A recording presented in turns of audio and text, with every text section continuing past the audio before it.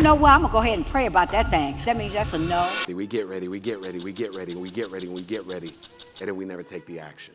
And I remember the look on your face afterwards when you caught yourself in what you did, when you forgot you was the big dog. Success is not as sexy as what people think it is. Exactly. That it is about mastering the mundane. You wanna ride that ride, it's a cost to that. Yeah. How y'all feeling? Man. So this is really cool because this is in many ways full circle. Right. There was a time where I envisioned having the opportunity to grace the Traci Lynn jewelry stage. Yes. And my coach at the time was going to be the keynote speaker for Dr. Traci Lynn. And he said, hey, I got this young man, Andy Henriquez, that I want to bring on your stage. Dr. Lynn, what you say? I don't think so. Who is that? She said, who's Andy Henriquez? Yep. Let them know. Well, that's what I said, because, I mean, I had a big stage. I had a couple thousand women, and you know, they were used to Les Brown gracing the stage. And so he said he wanted to bring a few of his mentees, his proteges up. And I was like, no, you know, I love you. I've been down with you a long time. And he's like, well, do you trust me? I was like, yeah, but I don't know about your Andy. I don't know him. I said, but what I'm going to do, I'm going to let him get on a Monday night call. And if he can bring the fire to about 600, 800 ladies that come on the call, I'll give him a chance. At least 5 minutes on the big stage. And he came, he brought that heat, he kept the women on. I mean, just everything was going wild. So I said, yeah, okay, yeah, he can come. She said, okay. Yeah, he can okay, stay a while. he could come. Yep, I did. 5 years in a row. I sure did. Yep.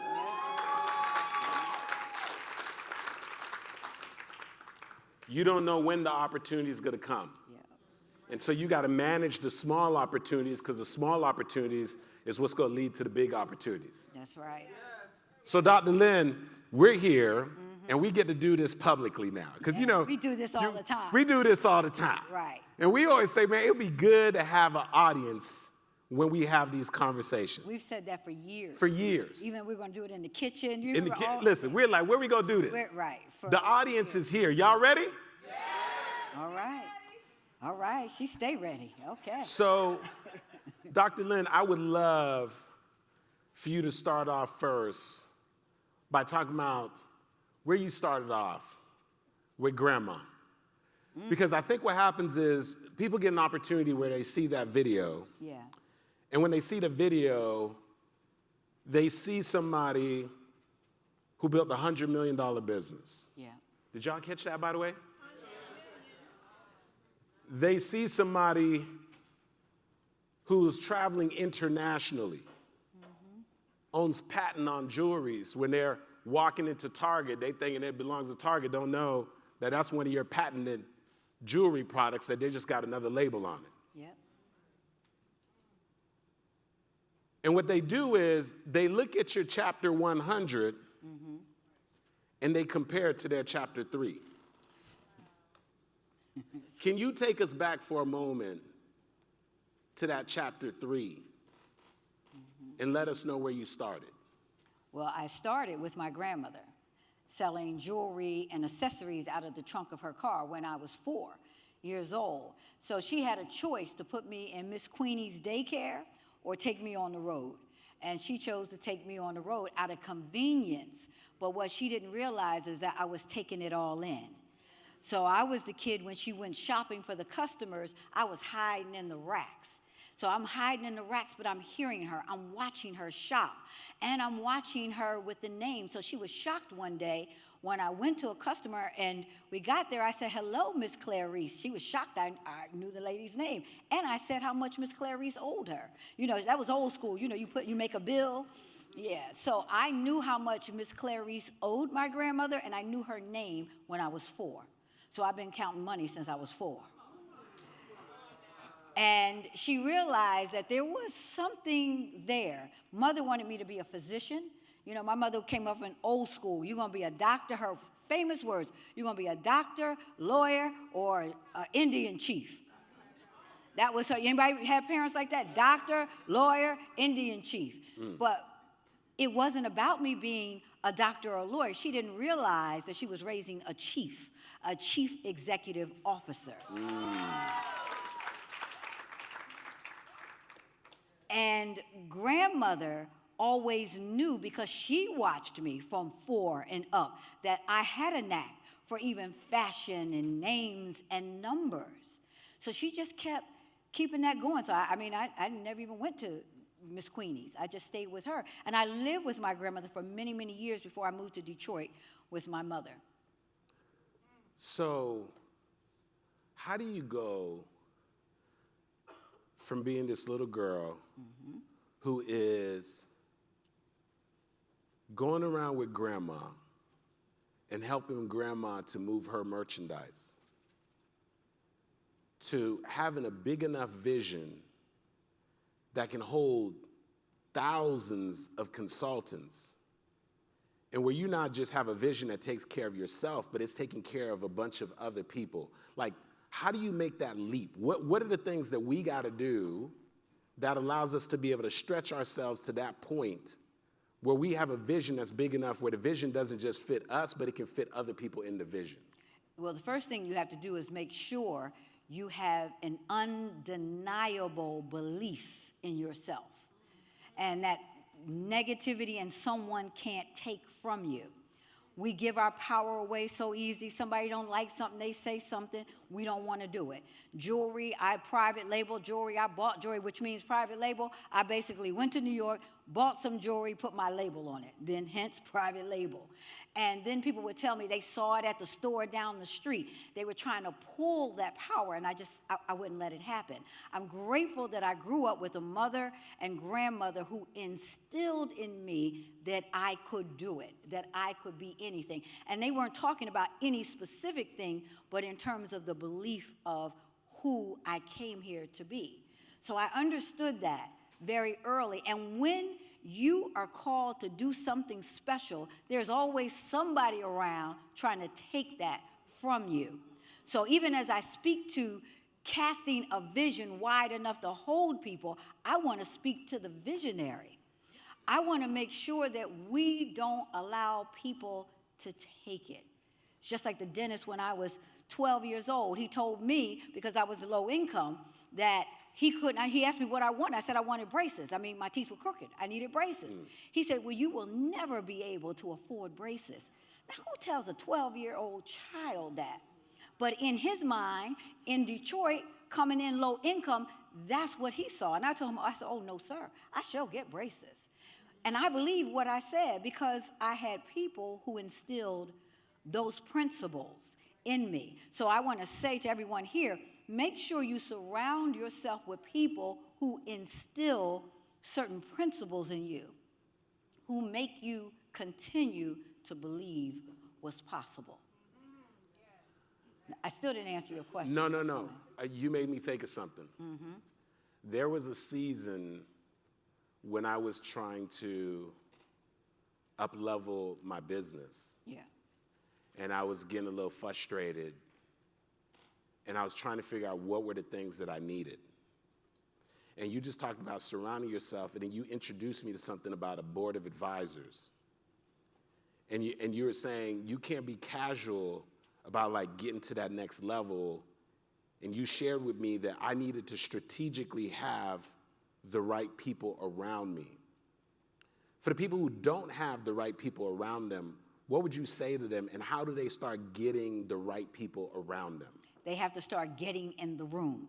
They have to start getting in rooms like this. So even as I want to go back to all the iterations of Traci Lynn jewelry, but even once I realized that I had proof of concept in my business, and a lot of times people want to go out and trademark everything, get everything just so, do all that, and they don't even have proof of concept. And so they spent out. So once I had proof of concept, I knew in my third iteration I had proof of concept. Once I knew that I had something and it was bigger than me, I made sure that I got into rooms like this. Now, everybody didn't look like me in that room, but I got into those rooms. So for me, it was in the direct selling association space, and because I was the black woman on the rise, I got invited in to the closed doors, the executive committee, the advisors. Now, in order to get in that room, there were certain dues that had to be paid. So people don't want to pay, but they want to play. Oh, I'm sorry. People want free. I'm sorry. What'd you just say? People don't want to pay, but they do want to play at those levels. And you got to pay at those levels. You want to ride that ride, it's a cost to that. It's a requirement to that. And people, and that was one of the reasons I was the only one in the room, because I did understand that. If I wanted to be around the billionaires, even though my business was just making $1 million at this point, and I wanted to be in the room with the Mary Kays, I mean, I had the phone number to the CEO of Mary Kay. I mean, that's $1 billion brand. So and many more of them. If I wanted to be in the room of 6, where the 6 billionaires were, there was a cost to that. People want free, don't want to pay the fee. And we can talk ourselves out of it so easy, because all you got to do is pick up the phone and ask somebody, should you do it? And then you saying to yourself, you know what? I don't even know if I want to do it. So you know what I'm going to do? I'm going to pray about it. That's the Christian, I ain't going to do it answer. Was she here this morning during our session? Does that sound familiar? I sure do love the Lord, but I know how we do. You know what? I'm going to go ahead and pray about that thing. I'm going to go ahead and fast on that. That means that's a no. That's a no. Because if you really heard God and you showed up, he already spoke. So now you got to go back and dial that thing back and pray about it when he already answered. You know, we were talking about this earlier. I wasn't here. And y'all know Dr. Lynn wasn't in here. I wasn't here. And what I said, Dr. Lynn, was it's interesting because I've been to so many car dealerships, and I never seen anybody in the car dealership lot on their knees praying before they bought the car. No. The other day, we ran into you at Aventura Mall.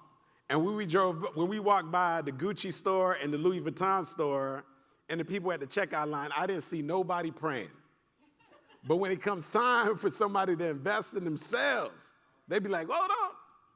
Mindset. Let me pray about it. Because it's mindset. So we don't understand that this is what it takes to be in the room. And I was uncomfortable in the room. I felt intimidated in that room. I wasn't at that level.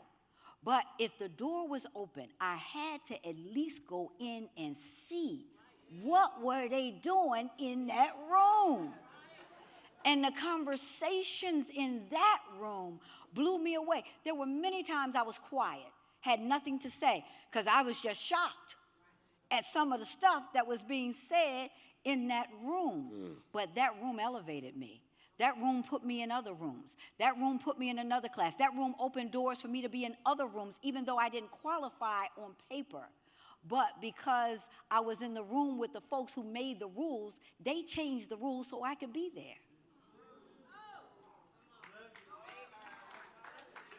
And they believed in my potential and my ability even before I did. So they knew the value of having the first black person, period, in 100 years in a direct selling association be on that executive committee, be the vice chair. It had never happened. So they understood that because I was willing to show up and take a seat.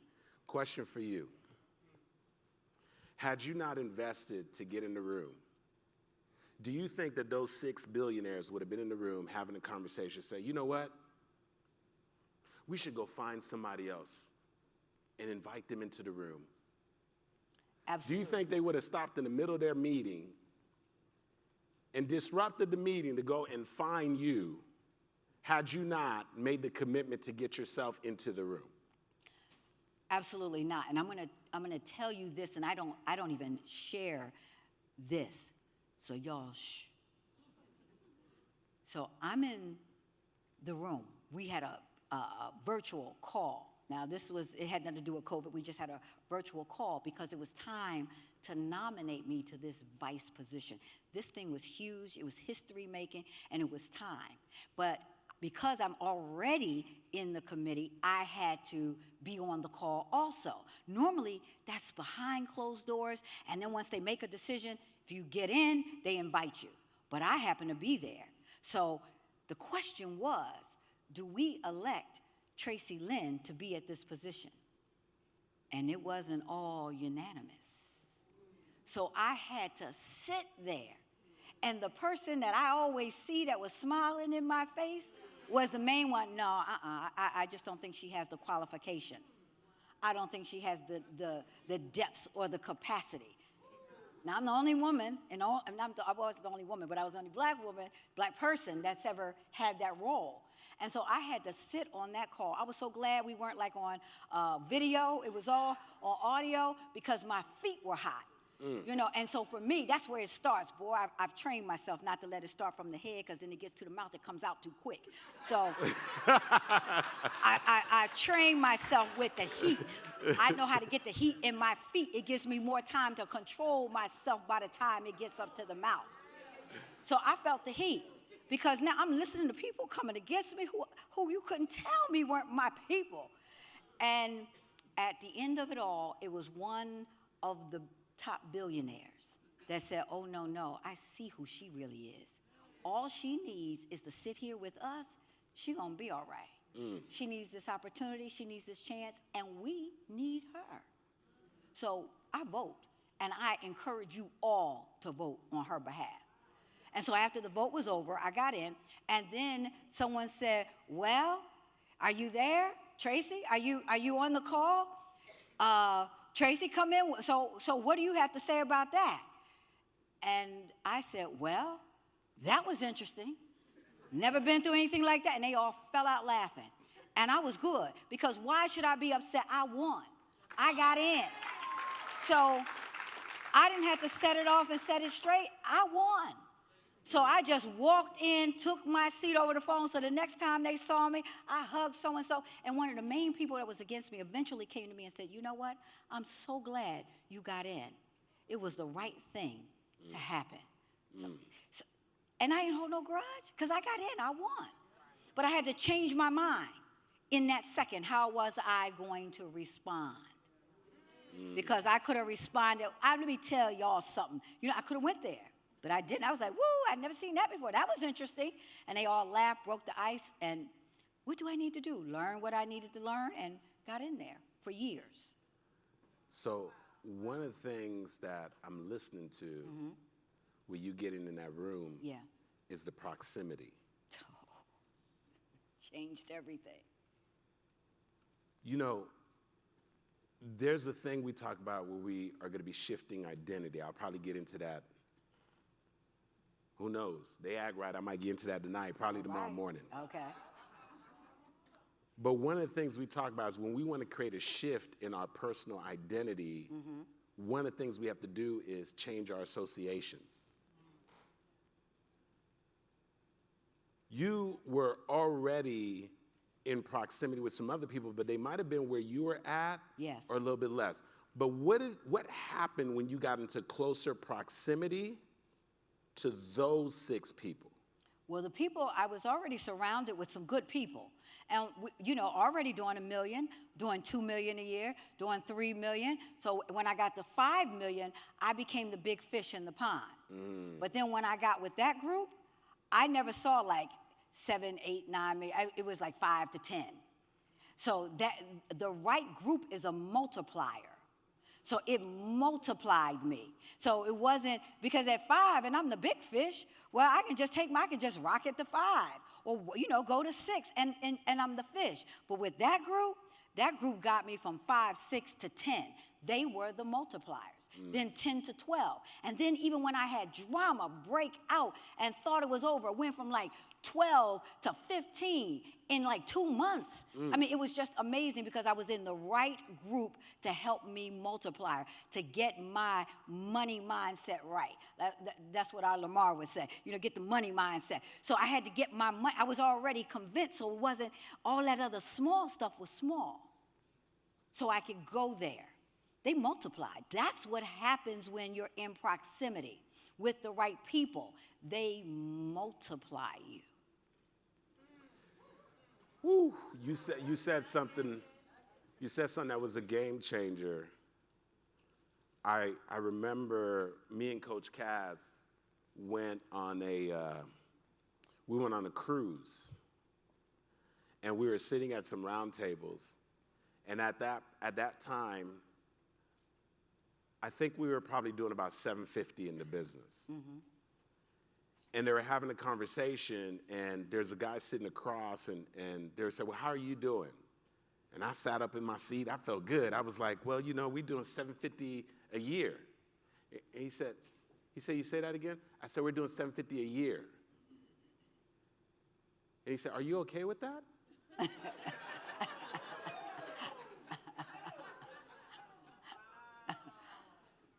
And I didn't understand what he was talking about.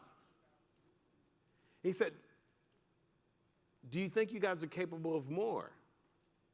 And later on, I was talking to somebody. I was like, man, that's crazy. What are they talking about?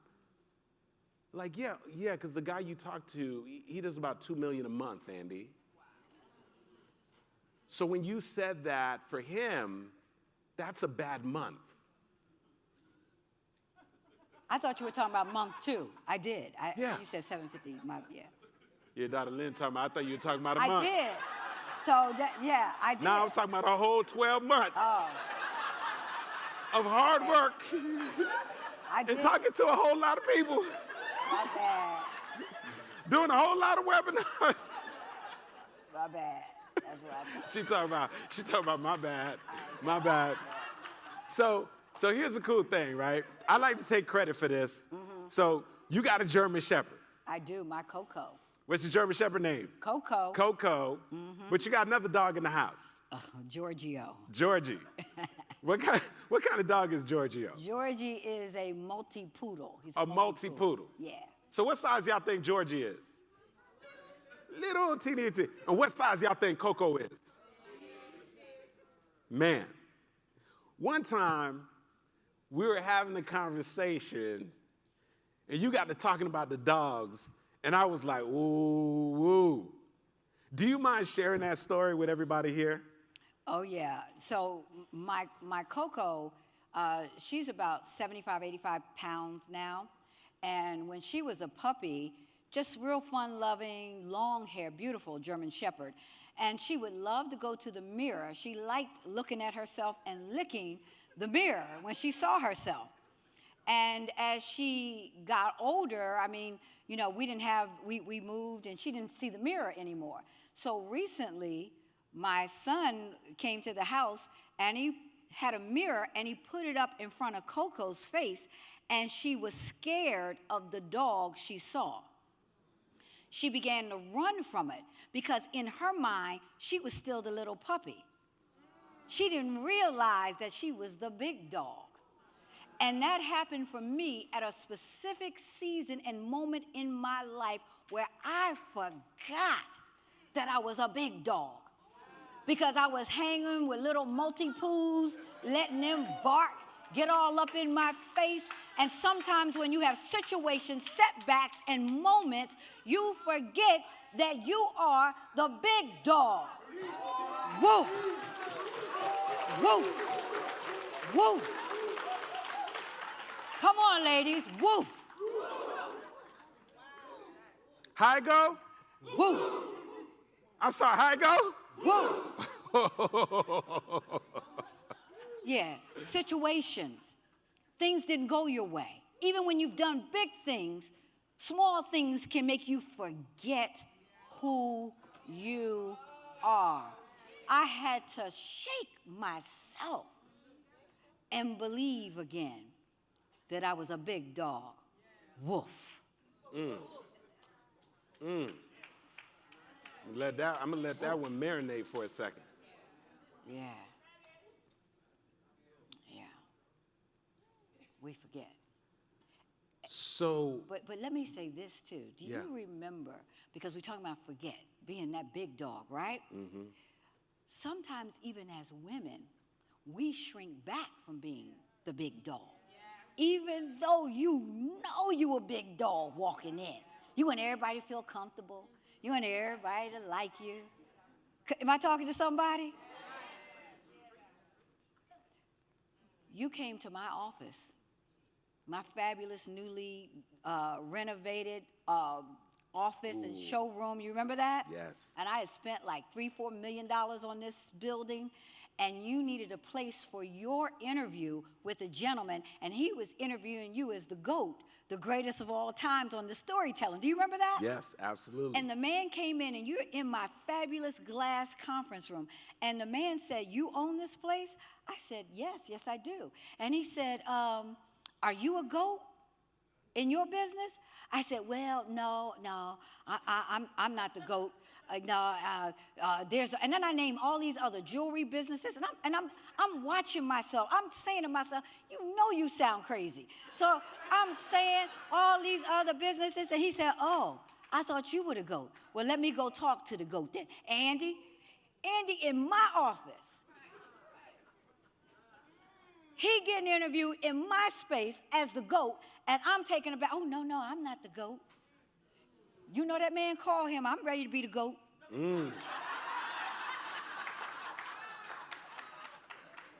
And what's so crazy is we had just literally walked the property.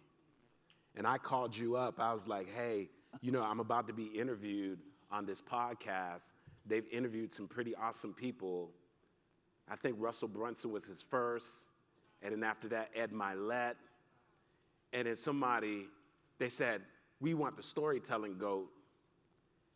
And then they said, 'Hey, there's this dude, Andy Henriquez, he's the GOAT.' And he probably was like, 'Andy who?' And about 5 people got in his ear. And they were like, 'No, this the dude.' And I remember we walked around, and I remember when that happened, and I remember the look on your face afterwards when you caught yourself in what you did. When you forgot you was the big dog. Forgot, and then try to play it down. Play it down. So that you don't really see me. The church finger up, hiding, walking across, and we see you. You know that. Wanting to be invisible, and I caught myself, but it was too late because he wanted to interview me. I had proof. He had his whole crew He there. had his whole crew, and he saw what I was bringing. He said, "This girl got to be the GOAT." And I'm over here saying, "Oh, no, I'm not the GOAT."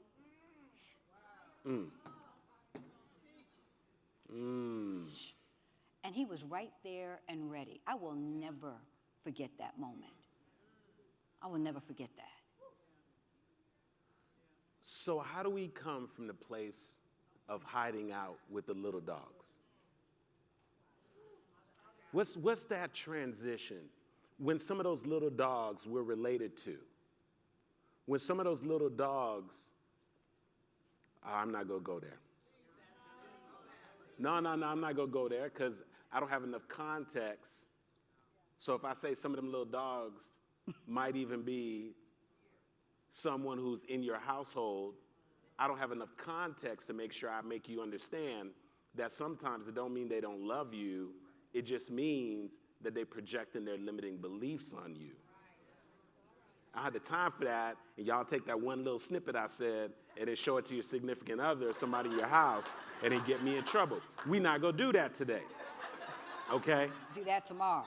We'll do that tomorrow. But Dr. Lynn, what's the process when you're in close proximity to some of the little dogs? Because Coco can't help the fact that Georgie's in the house with Coco. They got to occupy that space together. That's right. But even though they occupy the space together, Coco cannot abandon her identity as a big dog to become the little dog. No. But they sharing the space together. How do you do that? Now I'm going to tell you, Even Georgie goes through things. So even in a marriage, I mean, I've been married 29 years. So, and my husband is here somewhere. CB right there. Where, I don't see CB him. right in the middle, catching that footage. Oh, he's taping. That's it. We see you, CB. Yes. So I've been married 29 years. So even when you talk about Georgie and Coco, Georgie knows he's the little dog. And he knows that because when he wants to break bad on Coco, he stands up on his hind legs and he does like this. And then Coco yawns and moves away. See, when you're sometimes in a household and somebody wants to stand up, you got to have big dog confidence. See, big dogs don't bark at everything. It ain't even worth it. Sometimes you got to control that thing. When you got the confidence, do you got to fight every fight? Do you got to show your strength all the time? Coco don't have to show them big teeth to Georgie. Coco yawns and like, boy, please, go sit down. So sometimes when you're in a household, the key is you ain't got to do a whole lot of talking because they waiting to see the action. Start doing some action. Start bringing some money up in there. They be like, you want to quit your job? You want to go what? You want to go pay this? Woo, you made that much today? How can I help you? I'll carry your bags. I should tell the consultants all the time, don't fuss with your husband. Do whatever he's asking you to do, but come back and make sure he sees the money. Because then he's going to make sure your stuff is packed and in the trunk. We shall see you pick up dinner on the way home. It's all good. Because he becomes a part of it when you show him that there is money in them their heels. So you just need to trust it. But we want to fight our way through it. I'm going to do it. I don't care what you say. Are you ready for a fight? That's not how the big dog handles it. That's not how they had a conversation. Now, how do we frame this? Because you and CB pour into me and Kaz. And sometimes when you know we under that pressure, you be like, man, y'all need to come over for that dinner. Right. Then they split us up. Yeah. You go hang out with Kaz someplace and be like, hey, what's really going on over here? Y'all good? Yep. CB, hey, Andy, let's go shoot some pool. Y'all good? And we talk through some things. Yes. But for the people who don't have that, and they come into environments like this, but unfortunately their spouse is not with them. And then they get inspired. Absolutely. And they want to take the next step and do something that's going to transform their lives. But then they get scared because they don't know how to navigate that conversation. How do we approach that conversation? The main thing is we approach it without saying, oh, you weren't there, and then vomiting all the stuff that they learned, because then it don't really sound good coming out their mouth because they got some of it right, some of it not so right. But he was on the ladder, yeah, he jumped over the broom, right. But you don't understand, I seen him do it. Exactly. If he could jump, I could jump. Right, and that's what they hear. So what we have to do is have that conversation. I found something that will change our future. I found something that we can invest in, but I need you on this. And you know how you tell me, if I see something, go for it. Now, if he don't tell you that, you need to start saying that or, getting that to be the case. Because my husband tells you, now, if you see it and there's an opportunity and there's a time clock and there's a lifetime in that opportunity, you got to do it in the lifetime of it, go ahead. I trust you. And I would have that. I know you trust me. I would never do anything to jeopardize what we have because I need you in building this. So my conversation with my husband is always we. Always we. Now I retired him early from his job so that he could come work for me, but it takes a special man not to be intimidated by me. Because he's never said, you gotta be over here cooking and cleaning and all that. He knew I could afford to hire somebody to do those things, the cleaning and the cooking. And he was like, I need you in this season to run as hard as you can. I will pick up our son at 3 o'clock. I will do those kind of things. You run and you got my support 100%. That's what I needed. So when everything comes off at the end of the day, I needed a refuge. And he was that refuge for me because I included him as we. You used the word just a moment ago, and the word you used was season. I did a talk earlier today, and I talked about on the Peloton bike that there is, on a 20-minute ride, 30-minute ride, there's a cool down period. Right. So 1 minute cool down period. And I said that 1 minute is my separation season. When they're slowing down on that Peloton bike, that's when I speed up. And when I get that opportunity to speed up, I don't just pass one or two people, it's like compounded the amount of people that I'm able to go ahead and pass. Exactly. But there's something else you shared with me related to season. And I was thinking about bringing somebody else on the team, and I was starting to feel stretched. And I was gonna have to make some additional investments in the people I was bringing on the team. And then you told me that there's a season. And you say, Andy, while you're in the season, you gotta go. Because you said there's something about seasons, they change. And if you casual in this season, you will miss out on what's yours. 100%. Do you mind speaking towards seasons for the goodness. people who are in the room, who are in their season and don't even realize it? The thing about seasons is that's what they are.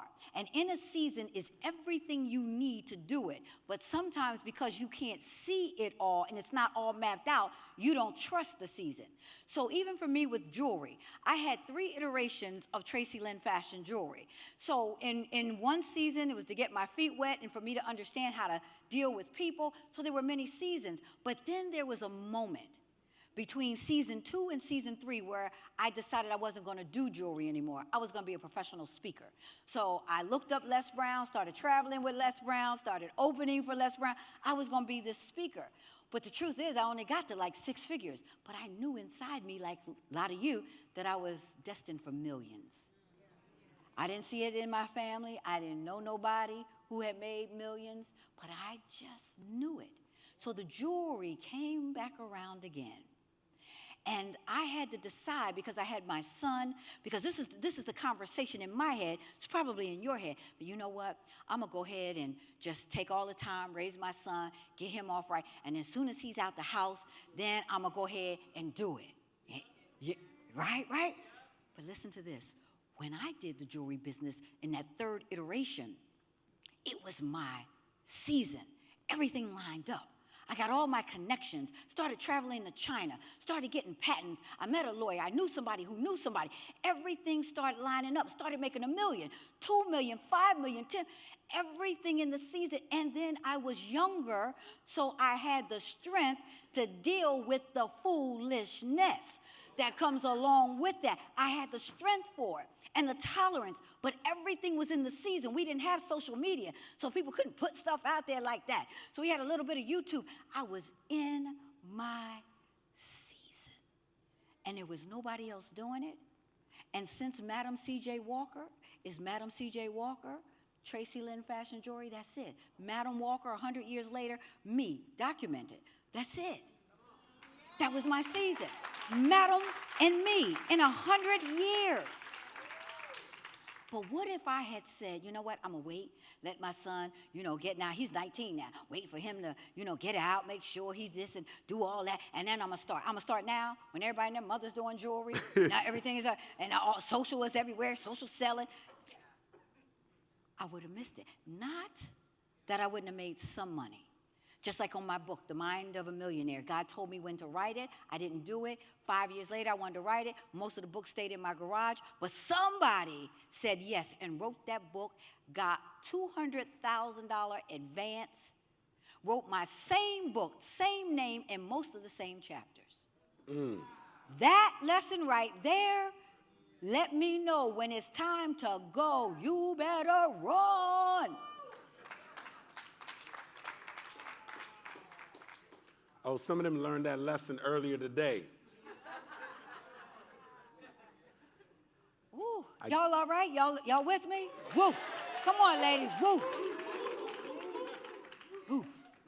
We did a little something special earlier today. We told the people go to the back of the sales table, and there was a bum rush to the sales table, and some of the people were like, oh, well, there's so many people there, well, I guess I won't go. And that's what everybody used to always tell me. You know you can't make money in jewelry. Everybody's doing it. You know you can just go to New York. You can just do this. You can just do a lot of things. That the key is most people ain't gonna do them. How many people wanted to do my jewelry even while I was doing it? Ain't none of them ever do it. If you worry about who trying to take your idea, most people ain't gonna do it. And it's for you to do. Do it.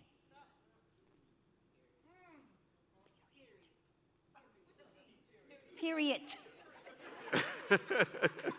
These are my people in here. They know. Yeah. I can just mouth it. They saying it with the T. I don't even know how you knew I was doing it with the T. They with me on that. Oh my goodness. So let's talk for a moment about the next iteration, because you said something that I don't know if they caught it. What'd I say? You said the third iteration. Ooh, I did. When I hear third iteration, it implies that there was a first attempt. Failed. That there was a second attempt. Failed. Same business. Not a different business. And you stayed in the game to make it work. Now the question is, do we even know Dr. Traci Lynn if after the first failure, you decide not to get back in the ring? No, you never heard of me. I was one that had jewelry in my bedroom, which is a story of most people, but you would never hear of me. No, after the first iteration, you would never hear. And then, and it wasn't that the jewelry didn't sell. I was scaling and didn't know. See, oh, you just brought up a point. So there would not have been the second iteration of me had I been in a room like this. If I had been in a room like this, there wouldn't have been a second. I'd have been able to go 1, 2. And the reason is I didn't understand scaling. So I'm trying to scale. I'm going to Baltimore. So I'm living in Philly. All my family lives in Baltimore. So I'm going to go to Baltimore, open up a showroom in Baltimore, not understanding all that goes with that, scaling, staffing, and then I'm going to start a catalog with jewelry I can't get again. What kind of stuff is that? I take photos of it, pay thousands of dollars. I'm dating CB. I ask him for the money, and then he's going to make me sign a promissory note. Yeah, I told you. That man had good credit.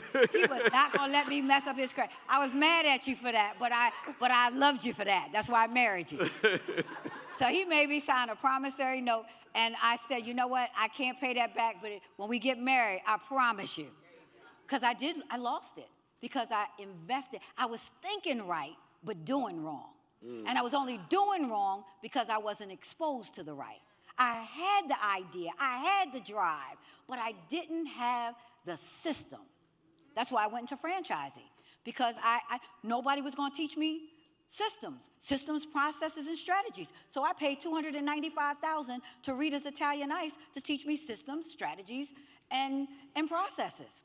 Hold on, what you pay? $295,000. To learn systems. Yep. Processes. Yep. And strategies. CB let us get money off our house. We bought a house that was only worth $395. I got $295 off the house, and that's how I got it.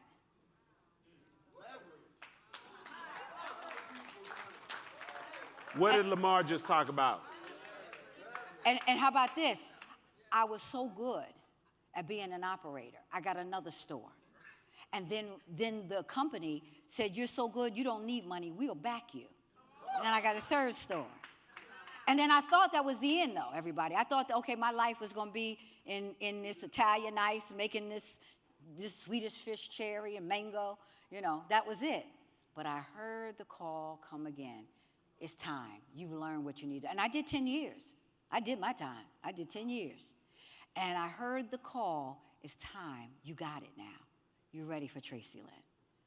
I wonder how many would have gave up. Or because we were making at least $600,000 a season. A season. It was we operated the business for less than 6 months, and we made that money. Wouldn't that be a good life for the rest of your life? But that wasn't it. It didn't include other people. My vision included other people. If I could help enough other people get what they want, Ephesians 6, I couldn't help but to be blessed too. Then money and blessings just followed me and chasing me down that I couldn't keep up. I wasn't living that life, so I had to sell the franchises, but I bought the properties. So they had to pay me. I had to McDonald my way in that thing.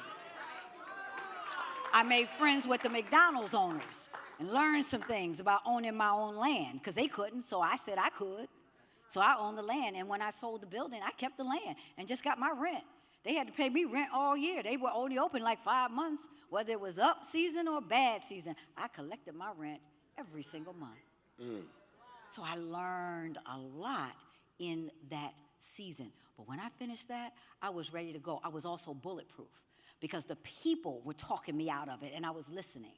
So I had to get bulletproof to do this next thing. You want to go to 100 million, and then to even be able to say it, because I got comfortable. I was on a stage with Lamar, and I was like, I kissed it. I couldn't say it to the people, even though it was true, because I didn't know what people would think if I said that. And that's this year. So came out. So I'm grateful for these stages and these opportunities in these places to really share it all. But you don't just get here without a cost.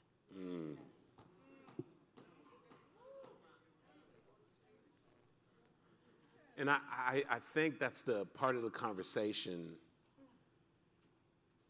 that people bypass in the day of social media, where everybody's showing this glamorized end result. I was sharing earlier today that the people that I know that are most successful, if you got close up on them, you'd realize that success is not as sexy as what people think it is. Exactly. That it is about mastering the mundane. 100%. And it is mundane, because I could start to do it with my eyes closed. I mean, that was one of the reasons why I sold the other business, because it was time. And the season was up. And I had to move right then. I got the buyers, everything in the season. But you have to master. So being there, making that ice, I went every day. I didn't just hire the kids. So I inspired the kids. So I still took me wherever I went. So since I was there, I was going to inspire them youngsters who still talk to me today and thank me for inspiring them. So everywhere you are in the season, whether it's up or down, you operate your gifts in the season. And I mastered the mundane. I can make you some good Italian ice. Because I learned how to do it. People don't want to do it. They want to hire everybody to do it. See, that's my secret weapon. I know how to do it. I know how it goes. I know how to do it. So if it ever got down to 0, I can bring it back. Because I know how to do it. So people don't want to do that part. See, that's the labor. And social media wants to, everybody's fly. And, everybody jetting around in the fake airplanes. Yeah. I rented an airplane one time, brought it off the taxi, did some photos. Yeah. So it was for a photo shoot for one of my conventions. But I see what people do. But there's real work if you want to sustain it, and you have to master the mundane. But if I have to master the mundane, if I have to do it, I want to do it with the people who are thinking right. So the days when I don't remember that I'm a big dog, I need to be in this environment with these people who say, oh, you didn't forgot. Shake yourself. What are you talking about? I need to be in here, in this group. I need to be in the $1 million storytelling. I need to remember that my story can make me millions. So as a professional speaker, it's my story. And the truth is, you came to my group and helped me with my story. Do you remember that? I do. And you came to me for free, but I sent you out with a check for $10,000. Yes, you did. You didn't ask me for 10 cents. And I gave you $10,000 for helping me and my team of the field, the force. I always want to call them the force. And you help my independent consultants tell their story, and my story made me millions.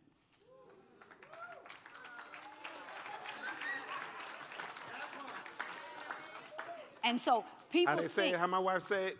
That part. that part. That's how I go? That part. And you people think that story is just for those who want to be a professional speaker. I mean, no, it's in my repertoire. In today's times, you're a podcaster, you're going to be on IG Lives, you got to have the story ready. The story enrolls people into your vision. I was able to cast a vision with a wide net from the story. And you even helped me with the story. That's why you knew about my story, about my grandmother. You wasn't slick. You knew the whole deal. That's how you brought all that up, because you helped me with the story. That's why I couldn't. I knew I was going to pay you something, but what I was thinking, a couple thousand didn't do the job. That's why I paid you 10. So surely, if I paid you that back then, I know what you should be getting. And you even came to me and said, you know, they got you at $30,000 or no, $15,000 on the thing for speaking. And so I went up to 30. Then my bureau called me recently and said, you know, we got this engagement, but they want somebody that's at least 65, and you only 30. You think you can do 65? I said, no, I can do you one better. I'm going to do 75.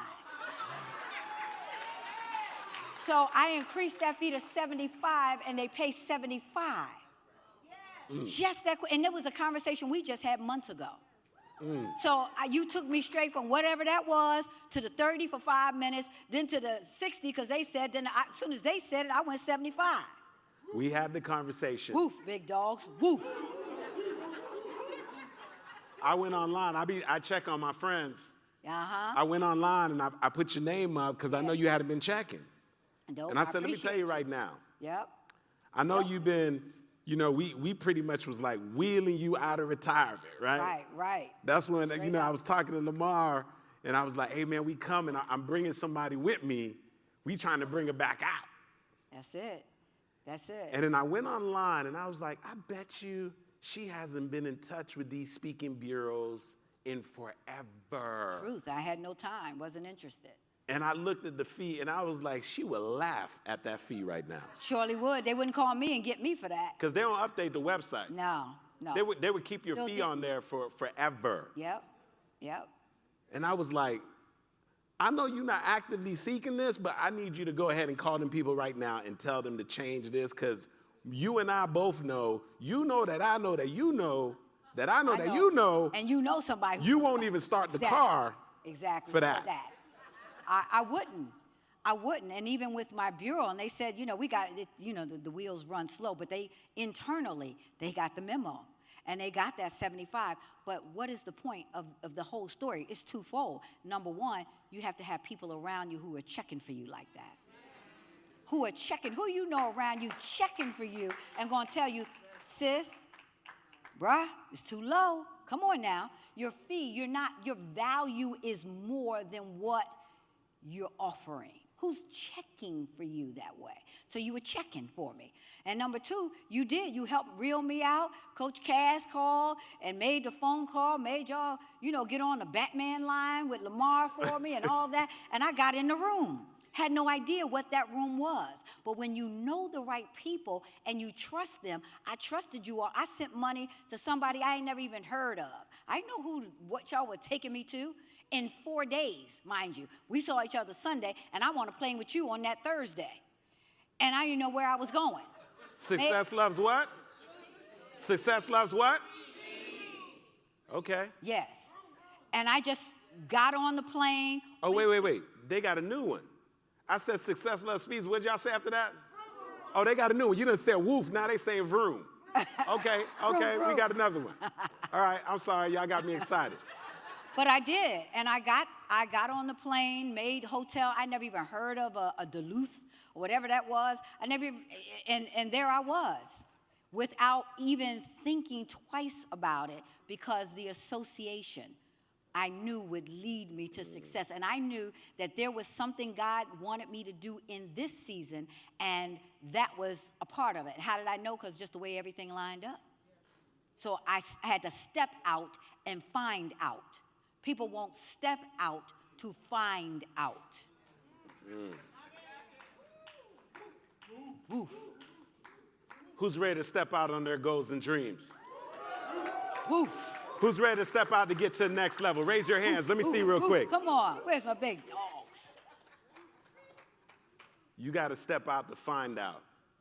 Yes. That's right. We talked about earlier today on that same Peloton bike, Dr. Lynn, we talked about how there's the warm-up. And we spend too much time in the warm-up. Absolutely.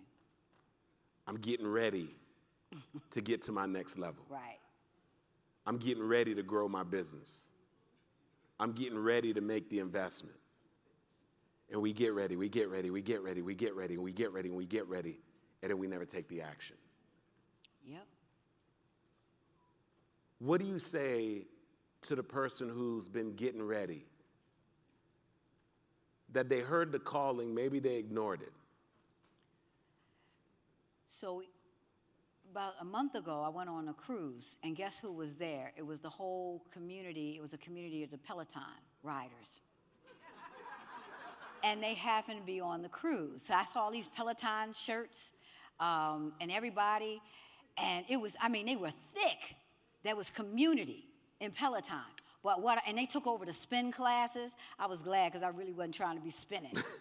But I was on the treadmill with the Pelotoners. I was in the gym with them. But there was half the group who wasn't stepping foot near no gym and near nothing with Peloton. They just wanted to wear the outfit. They had the clothes on. I ain't see them one day in the gym.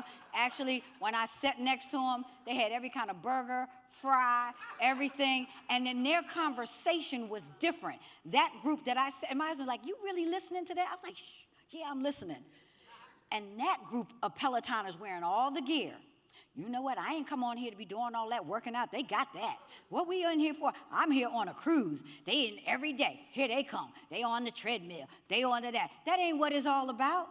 And then it was the other group. What do they got at this other table? 3 tables away from this group, they all got smoothies. They all can't eat much because they're going to the spin class. They all got the healthy option. Everybody on that whole section, totally different people. Look different, body different, no matter even what size, just the whole posture was different. They were on mission, this group of Pelotoners. And I asked that other group, so tell me, what is this? Oh, we just a whole Facebook community. I said, y'all all work out together? No, but we in there, we partying. That's why we're here on this cruise. Then the other Pelotoners said, no, we're here because we want to do something together. We're here because we're serious about our bodies. We're serious about this business. We're going to start businesses, helping other people do this. But that ain't what this group was saying. Totally different conversation, all wearing Peloton.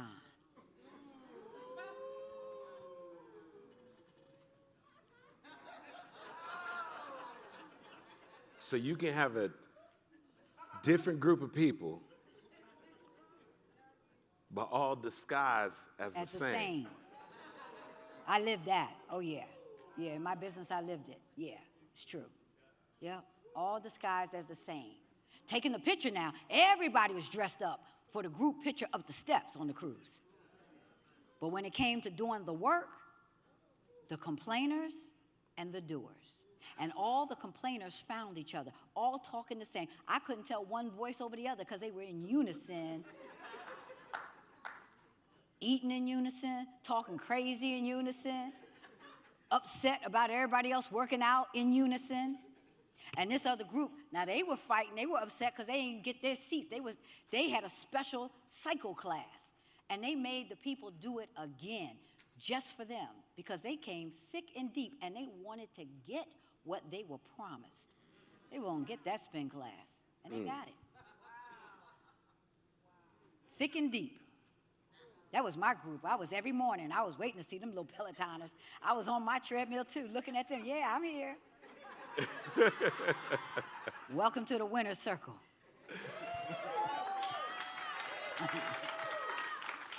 Welcome to the winner's circle. Give somebody a high five. Say, welcome to the winner's circle.